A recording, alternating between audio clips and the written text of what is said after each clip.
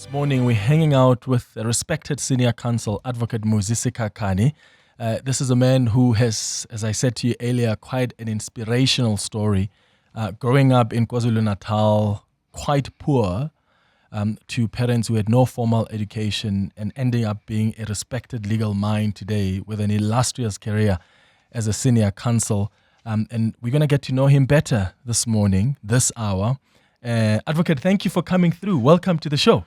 Finally. Thank you, Clement. And I'm sorry I gave you a run around. You're a busy man, I understand. Yeah. I was telling Mongani earlier that I used to see you at the gym, and I would think, as Lobaba,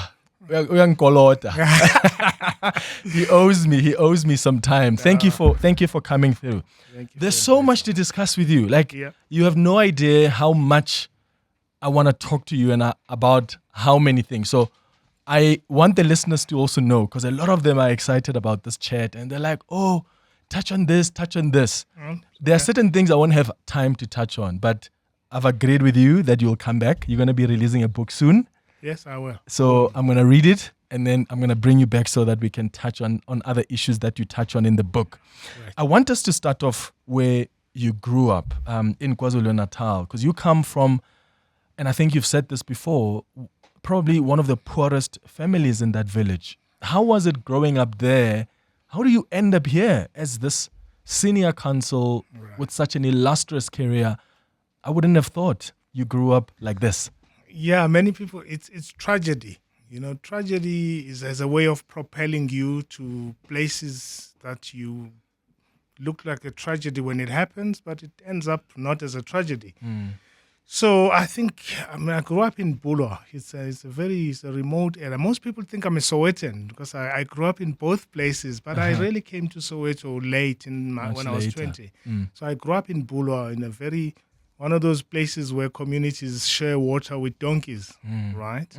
One of those places of forced removals where people were moved away from the farms, flat and productive land. Yeah, so, and I grew up, it's called the Mangwane, and it's so remote, I don't think many people know it at all. I've never heard of it. Yeah, so those who know it because Nkosazana Dlamini Zuma, the former minister, comes from there in Pula as well, so it's a village next to mine. So how did you end up with an interest in law? I know you've started as a teacher. Yeah. But how did you end up actually going to study law and being someone who's so passionate about justice today? Yeah, I think I bumped into law because I'd always wanted to do something that is about justice, that is about human beings. I wanted to be a priest. I still do. Oh, yeah? I actually started, my first thing was to start at a priesthood college. And they didn't take, I was late, but they didn't take, I'm Catholic. Yeah. So they didn't. It's called FETSEM. It's in Mbali Township. So anyway, then I went to a teacher's college. So because I've always wanted to work in an environment where I'm dealing with, people who grew up like me, who are on the margins of the human condition. And teaching was one of them. But becoming a lawyer was really, really by accident, in the sense that at the end of my trial, because of in 1991 and 1992, Aubrey Machikwe and I because we were in MK. I saw a picture of you guys when you were young. Two of us. And after our trial, Chris Hani said to me, go back to school. You know, this ANC may not be what it is in the next 30, 20 years. Go he and said a be lot independent. of prophetic things, eh? No, he said to me, go back to school so that you will be independent. This ANC will not always be what it is. Of course, it didn't. And I've always wanted to be independent.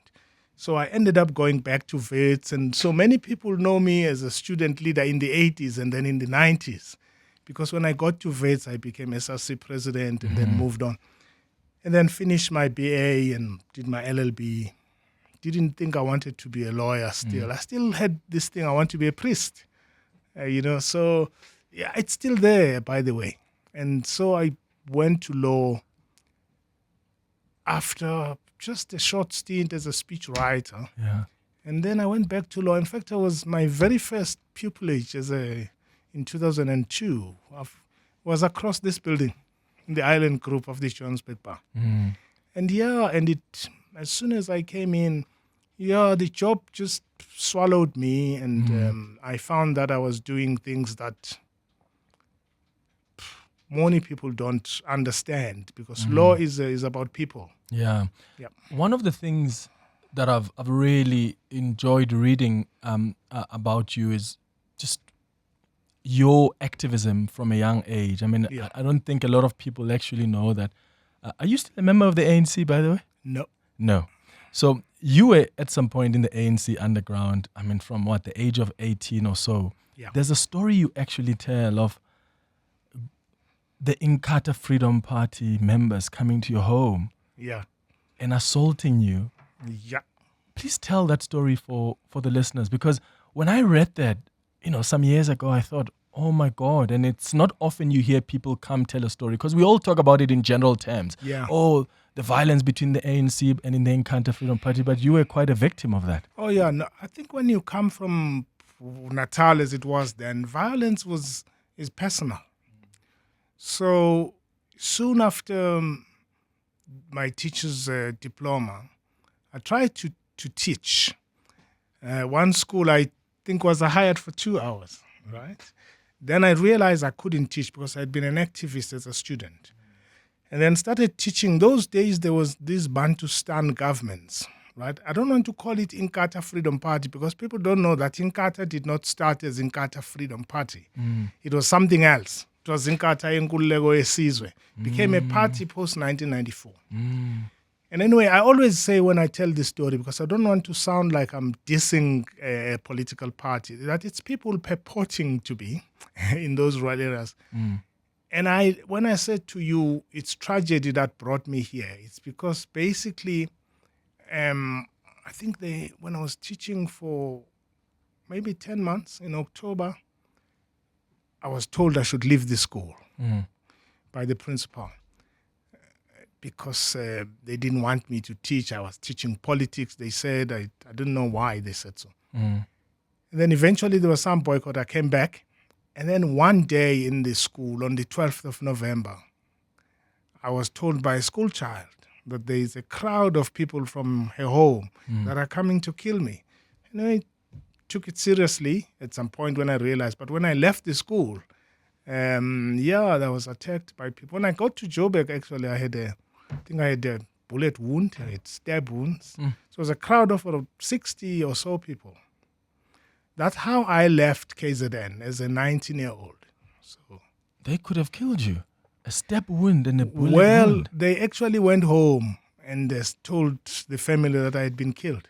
So your family thought you were They dead. even did rituals that night. So in a way, and I'm 19 years old. So there was a ritual that I'm dead. My sisters only found out in the evening that I wasn't. Yeah. So in a way, that's how I left. And then I think that was the 12th of November, 1987. Yeah. Where did you stay in Joburg when you got here?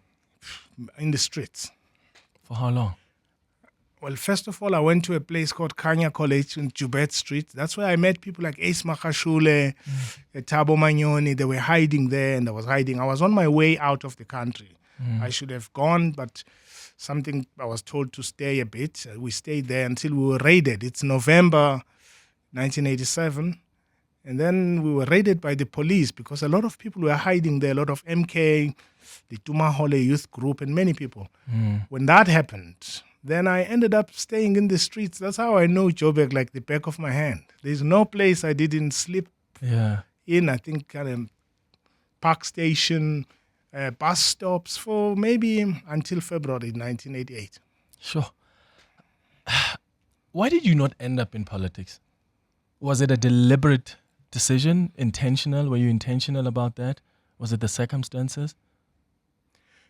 Many people misunderstand me. I'm actually not a politician. I'm very aware politically. I studied politics. I did a master's in political science. I was an activist. I studied law. But what drives me is actually not what people think. I actually am driven by just my interest in public issues, public affairs, and just lives of ordinary people. And that's why there's been a misunderstanding when I represent people I represent. It's because I do have an obsession with the underdog. So the more you dislike people, the more you condemn them, the more I want to know what it is that I believe everybody actually has errors. And so I try and assist because I have an obsession with justice and the underdog. There are some people who are always intrigued by you representing, let's say, take the former president Jacob Zuma, for instance. Yes. Why do you think that's the case? Because, the former president has been represented by, Advocate, was it Gauntlet at some point? There are many people that have represented him, but there came a time when you took up some of his cases and people were beginning to question that. And I'm sure when you go to dinners, people still ask you that. Why do you think that's intriguing a lot of people? I don't know. I've always attracted this since I was a child.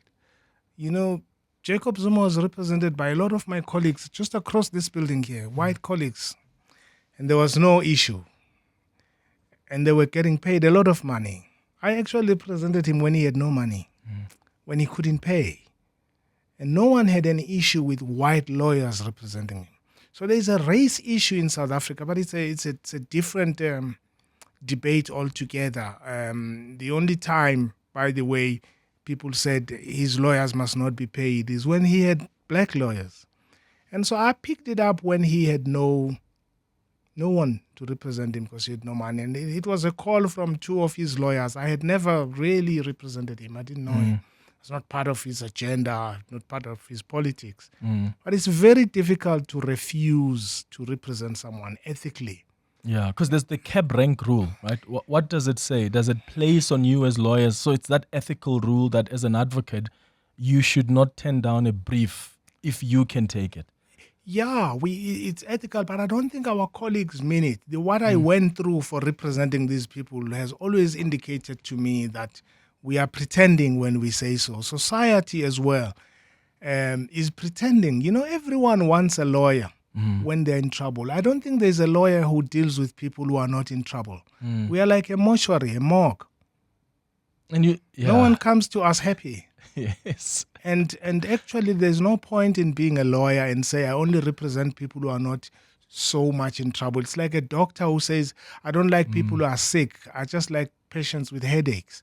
And so sometimes what people see as my passion to represent people, maybe why when someone is in trouble and they are big, is that I will represent anybody with the best that I have. And I don't represent them because I like them. So I think it's a misunderstanding, and you must understand it when you are in my position, that when people dislike someone so much, but people don't do that about people who represent pedophiles and rapists. They don't say you like rape, but when you represent a politician they don't like, I think it attracts those kinds. Let me tell you this, Clement. A lot of those people, the first time their child is accused of rape, or they are looking for a lawyer who'll fight for them. They just don't like a lawyer who fights for someone they don't like. It's a human thing, but I think we have to be. So I don't know why people came to me. I don't ask for briefs. Yeah, and I think you have represented President Cyril Ramaphosa as well. I did an opinion. I did work when, I think it was during COVID. I actually have no qualms doing legal work for anybody if I'm not conflicted. Yeah, I do remember some people even because of your representation of Zuma saying, he's an enabler of state capture. And again, you don't hear that when there are certain lawyers that have been representing the very same people in the past. What do you think that says about our society? Because a part of me feels like it's an extension of the psyche of our society. Yeah, it's an extension of a psyche where we don't judge people the same way. And race is right at the heart of it. Kemp did not go through what I go through. Gauntlet did not go through what I go through. So because I'm black, I'm supposed not to be intelligent and independent. When I represent Zuma, it's because I'm part of his agenda. He controls me. But when it's a white lawyer, well, he's professional, he's independent because he's doing his job. Because he is epistemologically superior to me. So there's an assessment that when you are a black lawyer, you're in the clutches of your client. And and it's an issue that is a societal issue. Yeah. And I just let it pass because people don't understand. I think they'll understand it when my book comes out, actually, who I am and why I do those things. Listen, there are people who are already understanding who you are from the conversation we've had over the last 20 minutes or so. Some are even saying, I want to apologize to the advocate for having judged him. Advocate, I'm going to ask you to please put on your headphones now as we play these WhatsApp voice notes. Hi, Clement. As a Christian, I want to publicly apologize to Mr. Sikhakhane. I'm one of the people that hated him because he represented Jacob Zuma, because of what Jacob Zuma did. But after hearing him speak today, I really, really want to apologize to him. Thanks for bringing him here, because today I hear the good side of him, and I really, really salute him for that, and I wish him the best. I just want to apologize to him publicly. Yes, Ms. Mandla in Binoni. Thank you, sir. Tulani here. I'm an advocate. I'm doing my first year in the Joburg Bar. I'd really want to know, does Mrs. Sikhakhane really believe that this constitution of ours is bad, number one? Number two, maybe it's not fit for purpose. And I ask this because he's one of my heroes. And I've always liked to believe that our lawyers, especially black lawyers, believe in the constitution in the sense that it protects the most vulnerable. Mr. Clement, it's Kosnati again. How are you? How are you with your guest there? My favorite, Mr. Sikhakhane. First time seeing Mr. Sikhakhane, it was in Sandton at Nelson Mandela Square. I was very happy to see him. A very good guy. The way he greeted me, he said, "Siyabona kunjani?" Because I recognize that I know this face. Thank you. Thanks. May God keep you, Mr. Sikhakhane. You're a good advocate. Thank you. It's Kosnati in Boxburg. Thanks. Wow, Clement, what a beautiful engagement with the advocate Muzi Sikhakhane, SC. Always inspirational and dropping gems. I was so sad to miss him at the Cape Town International Jazz Festival early this year. He was seated in the same row. And as I looked to the side, him and the wife had moved, and I had intended to approach him and greet him and finally meet him. What an inspiration he is. Thank you. Thank you. Mandla, you're calling us from Boxburg. Good morning. Hi, kunjani? Yapila, Mandla, go ahead. Sapila, Baba, Nitimina, Ubuntu, Ikamelit Ubuntu. That's what you are. And please, not for a second, what you are, don't change for nobody. Please continue what you are doing. We are watching you. Wonderful. Mandla in Boxburg, thank you. Beautiful message there. Advocate, Mandla apologized in the beginning. This is a different Mandla. Yeah. Do you get this a lot? Because, sometimes when people do incredible work that impacts people, they don't take time to pause and just appreciate themselves. They don't do that. Do you sometimes pause and just understand the kind of impact that you have on other people through your work, through your story? Yeah, that's why I live my life like there's a TV camera on me, just every day. Because, when you're hated by so many, you're also loved by so many because of what you do. And you shouldn't hate the ones who hate you because it's people who haven't met you. And maybe you've offended them publicly because they lack the understanding of why you do what you do. And that's why I try to live my life in such a way that I'm human, I make errors, but I don't make too many because I would disappoint so many. So I know the impact, but I'm no celebrity. People say, hey, he greeted me. Hey, I grew up greeting people. So it's not an effort, and I think equality is an important thing to me. And I know there are people who actually say they hated me. And I think, why? We've never met. I was representing this person the same way I would if you came to me with your problem. But I can say the guy, thank you for apologizing, but you don't have to. I really do understand the emotions created by cases and politics. Some people say, me too, I'm emotional about who I represent. And I don't apologize for it. Injustice is an emotional issue. It is. If injustice doesn't make you emotional, you're not human. True. There's a guy also on the voice note who says they're at the Joburg bar. Yes, I'm going to go to that one. Yes. I think he says, what do I think of the Constitution? A lot of people, there are voices now that says people who are criticizing the Constitution are anti-constitutionalists. It's actually, it's a very bad thing to suppress free speech. There is no document that is perfect. And quite frankly, you don't need to spend a lot of lectures to tell people that our Constitution is simply one of many types of constitutions.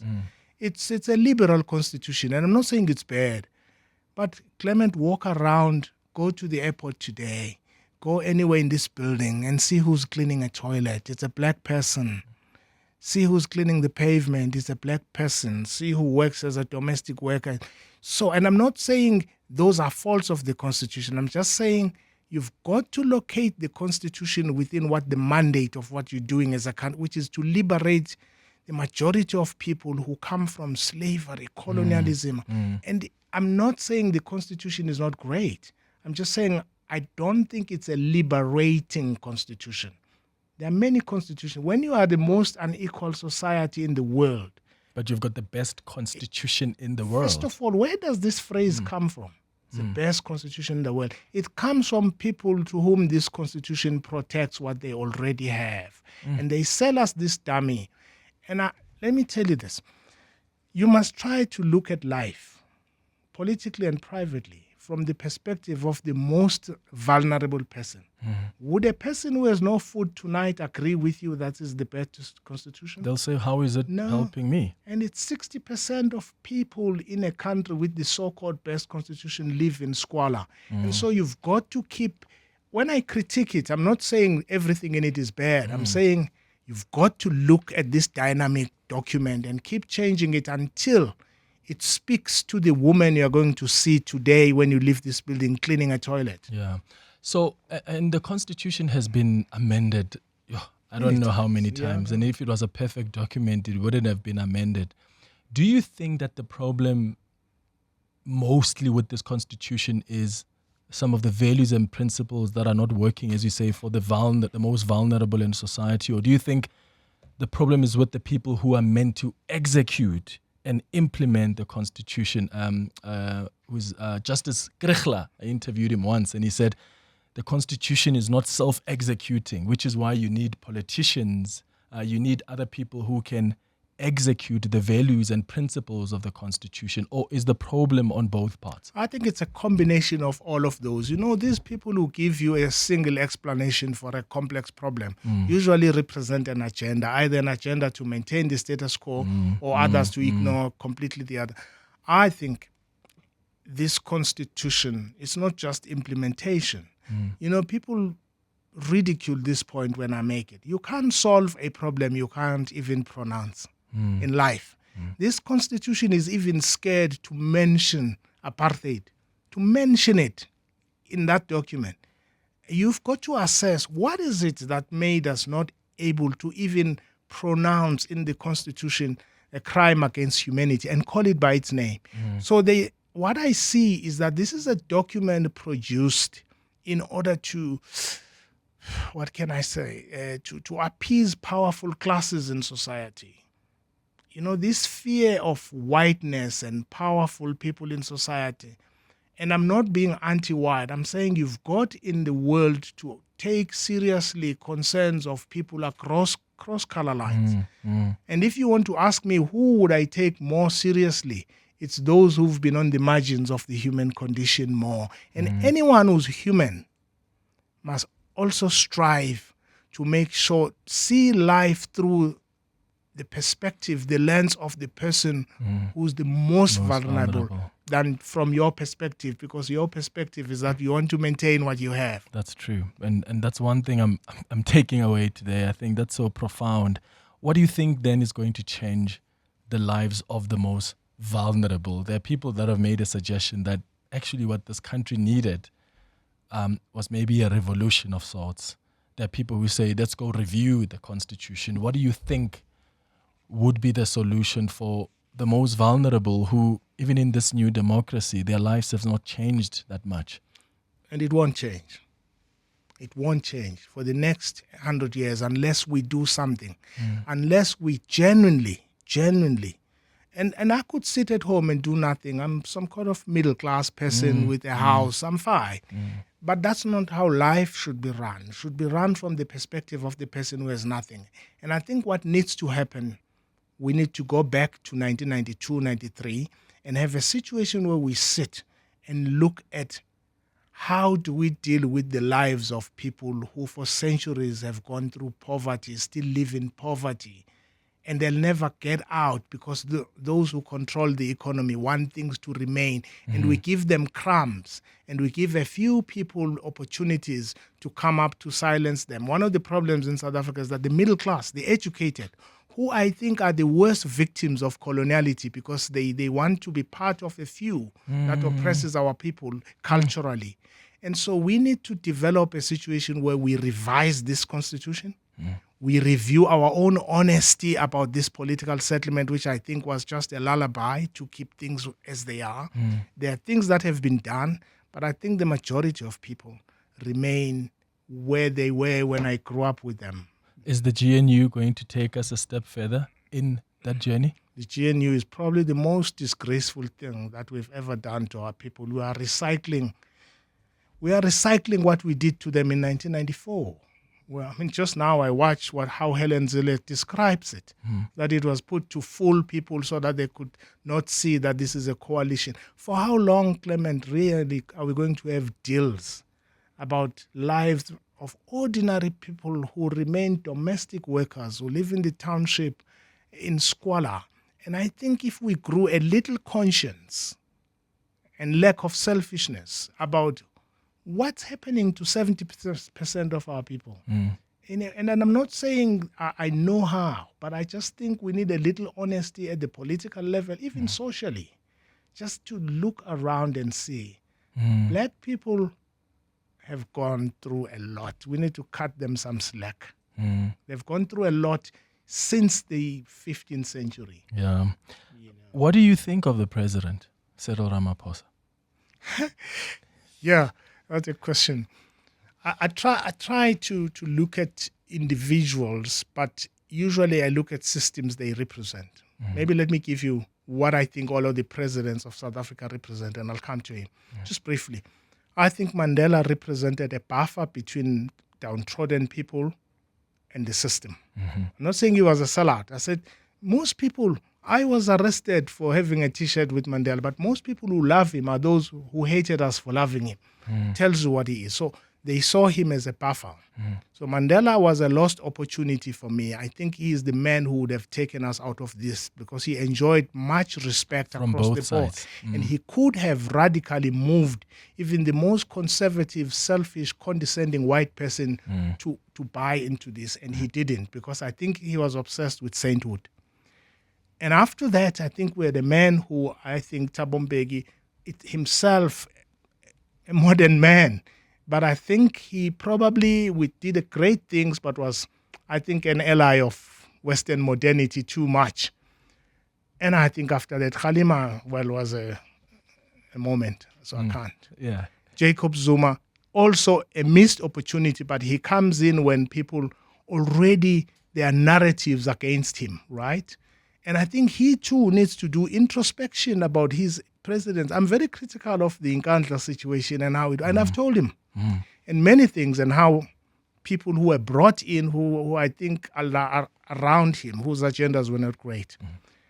And I think for me, this current president represents, not him, I don't want to talk about an individual, represents what I think compromise and selling out is, even if it's unconscious and unintentional.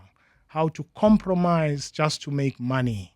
How to buy the political system just to keep yourself up there. And I think actually, in my view, President Cyril Ramaphosa represents what I think is wrong with the ANC, not now, for a very, very long time, which is moderate compromise that I think needs revision. We need to look at really, really what we are doing to the ordinary person. But I'm not attacking him as a person. I just think all of them represent what I think is a compromise. So let's start with Figile, who's calling us from Boksburg. Advocate, you can put the headphones back on now. Figile, you calling from Boksburg. Good morning. Morning. I don't know if Advocate remembers this time, but Tina Simkumbula as our teacher at St. Matthew's at Rockville. Yes. Konomaja, he's so important, but he was important to us then. Wow. Yes, he was a teacher, and even teaching style at that point was so liberating. In the sense of we think outside of the box, outside of Soweto. We can be better than just our environment, So we'd like to thank him for that. So thank you, sir. Oh, that's beautiful. Figile, thank you for calling. Wow. Someone who remembers you when you were still a teacher at St. Matthew's. That's a very long time ago. Azaria in Pretoria, good morning. Clement, good morning, man. You have somebody who has just inspired me, who just reminded me that whether you are a doctor, whether you are a teacher, whether you are a lawyer, you will not represent them if you don't have a consuming love for those particular people. Muzi, thank you very much. You're reminding us that as a people, if we can have 1,000 Muzi Sikhakhanes, I think our lives as African people will become better. Thank you very much, my brother. Azaria in Pretoria, thank you for your call. Good day, 702. Good day, Clement. Clement, Abraham in Florida here. What a great interview, Clement. I really enjoyed every second. And I think it's a masterclass of the hanging out feature. He really spoke truth to power and didn't hold back. At some point when you listen to some interviews, it feels like they don't want to say certain things that are really very key. And the advocate really spoke about issues that really affect South Africans and the marginalized, and really what a great human being. Thank you, Clement. Abraham in Florida here. Thank you, Abraham. Someone on the WhatsApp line says, Clement, very proud of what this man has achieved and stood from when we were still students at school. I'm also one of the people who remember him when he was a teacher at St. Matthew's High School in Rockville. I'm right behind you, sir. My next step is pupillage at the Joburg Bar. Can't wait to learn from you once again. Another one says, Clement, thank you for this interview. I truly would love to get such a memoir. Thank you. This is Ngoni in Roodepoort. Another one says, Clement, I'm wishing Ubab Sikhakane good health, success, and all the best for the future. What a humble human being. May the Almighty protect him. Advocate, I want to read you something that I saw you once wrote, because it really touched me. And I'll tell you why. You once wrote this, and I quote, I was and still am Catholic. There was a Catholic mission in the area where I grew up. The priests were white German priests mostly, and every time we went to this church, it always surprised me that the farmers who were rude and harsh to our parents had a special place in the church. When I was an altar boy, the priests allowed white farmers and their children to have a separate queue for the Holy Sacrament. Black people were to wear jackets when they went to church, but white kids and their parents from the surrounding farms always came in their sleeveless shirts and vests. Observing those things in a poor area made me question the way things were and why it was that for Africans, who, as far as I knew, were the original people, always lived a hard life. This reality was striking to me and seemed unjust and odd. My father and many of his peers lived a hard life. He died when I was 11. I saw my father work for Sapi Forests, chopping trees for a wage that never seemed to make us live better lives. He was chopping wood from 6 a.m. to 6 p.m. with a teenage white supervisor calling him names. Saul, I think, that lived, who lived that reality, that rural poverty, that blatant injustice shaped how I saw the world and inspired me to rebel against it, end quote. I read this and it reminded me of a post that I put up on Instagram. This is many years ago, probably in 2020 or 2019. Yeah. When I was in Zanzibar, I had visited Stone Town, and I got to learn about the history and culture of that beautiful island. And I learned about the slave trade, right? How the town was a slave market for East African countries. It was presided over by the Arab traders. So the slaves were kept there, chained, deprived of food for 2 days before being transported to US, Brazil, India, and other countries. And I remember sitting there and thinking, wow, this tour is actually so difficult for me, because I kept wondering, why as black people have we had it so difficult? As a black race, because we've really suffered. We still do in different forms today. And I posted at the time that one of the conversations I can't wait to have with God is, what was the plan? What was the end goal? And did it come to pass? Many black people across the continent still live in cruelty and suffering. And until when? And I can't wait to hear what the plan was about us. So when I heard you reflect like that, that took me back there. Do you have an answer on why life has been so difficult for this race? No, I don't. I think we keep pursuing it.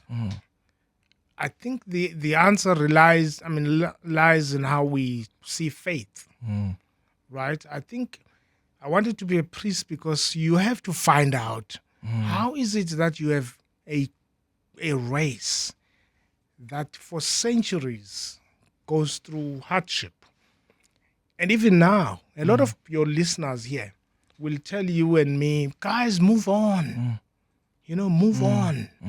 Because they don't want to put themselves in the boots of a person who's born into a situation that calls him epistemologically inferior, that beats up his parents. No one wants to see life from the perspective of the people we claim to be solidary with. And I think the best position is that. I don't have an answer, but I think we can only do what we must do. I just think people, if you love people, right, you won't hate humanity. If you love human beings, you will not judge them, but love them. And I think every revolutionary must be inspired by loving. Yeah. Advocate, thank you so much for making time. This has been an incredible chat. I'll have you back again as soon as you release that book. Hanging out with Clement on 702. Let's walk the talk.